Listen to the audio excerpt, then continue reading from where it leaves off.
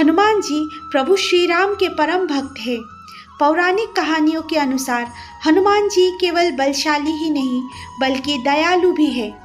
हनुमान जी इतने दयालु हैं कि अपनी शत्रुओं पर भी दया करके उन्हें संकट से निकाल देते हैं। इसका अर्थ ये है कि हनुमान जी केवल एक देवता ही नहीं बल्कि एक योद्धा भी है।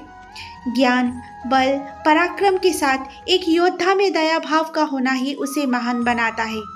कई पौराणिक कहानियों में इस बात का उल्लेख भी मिलता है कि हनुमान जी कलयुग के संकटों को पार करने में हर उस मनुष्य की सहायता करते हैं जो भी हनुमान जी का स्मरण पूरी श्रद्धा के साथ करता है।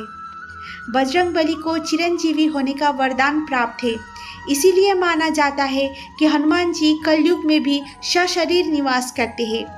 आइए जानते हैं कि कलयुग में कहाँ रहते हैं पवन पुत्र हनुमान। रामायण की कथा के अनुसार गंधमादन पर्वत से जुड़ी कई कहानियां मिलती है। गंधमादन पर्वत के क्षेत्र को यक्षलोक भी कहा जाता है। ऐसा कहा जाता है कि यहाँ एक अद्भुत सरोवर है जहाँ खिलने वाले कमलों को रोजाना हनुमान अपने आराध्य श्री राम जी की पूजा में अर्पित करते हैं। श्रीमद् भागवत में वर्णन मिलता है कि द्वापर युग में भी हनुमान जी गंधमादन पर्वत पर निवास करते थे। इसी क्षेत्र में हनुमान जी भीम से मिले थे। अज्ञातवास के समय हिमवंत पार करके पांडव गंधमादन पर्वत के क्षेत्र में पहुंचे थे। इसी दौरान एक बार भीम सहस्त्र दल कमल लेने के लिए गंधमादन पर्वत के वन में पहुंच गए थे, जहां पर हनुमान जी ने भीम का अहंकार तोड़ा था। इस पर्वत पर कई ऋषि मुनि, देवता, गंधर्व निवास किया करते थे। श्रीमद् भागवत कथा के अनुसार हनुमान जी त्रेता युग में भी थे और द्वापर युग में भी कई वर्षों तक इस जगह पर विचरण किया करते थे। वही कलयुग के आगमन के समय हनुमान जी ने गंधमादन पर्वत पर ही निवास कर लिया।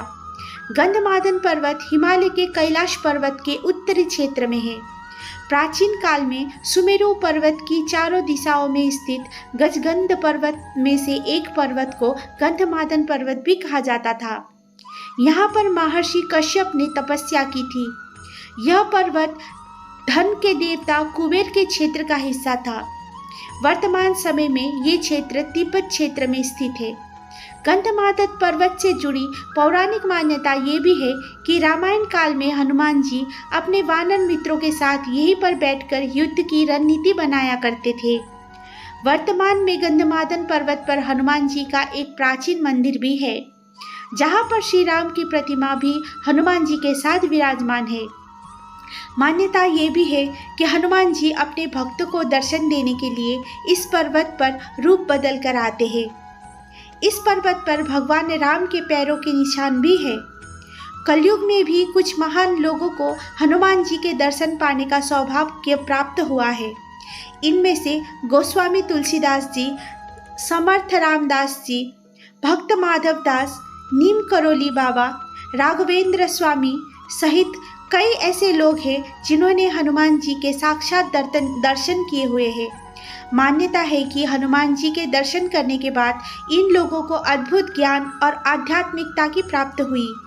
इस पौराणिक ग्रंथों में से एक बात का उल्लेख भी मिलता है कि हनुमान जी अभी भी इस संसार में उपस्थित है, क्योंकि उन्हें चिरंजीवी यानी अमरत्ता का वरदान प्राप्त है। हनुमान जी आज भी उस जगह पर जरूर आते हैं जहाँ पर राम कथा की जाती है। जहाँ भी प्रभु श्री राम की स्तुति की जाती है, वहाँ हनुमान जी किसी न किसी रूप में अपने भक्तों को दर्शन देने पहुँच जाते हैं।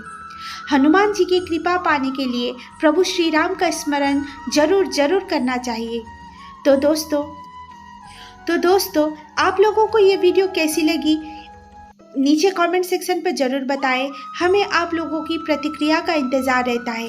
और कहानी पसंद आई हो तो कहानी को लाइक और चैनल को सब्सक्राइब भी ज़रूर कर दें, क्योंकि इससे हमें और भी अच्छी कहानियाँ बनाने में प्रेरणा प्राप्त होती है। तो मिलते हैं आप लोगों से अगली कहानी में। आज के लिए इतना ही। धन्यवाद।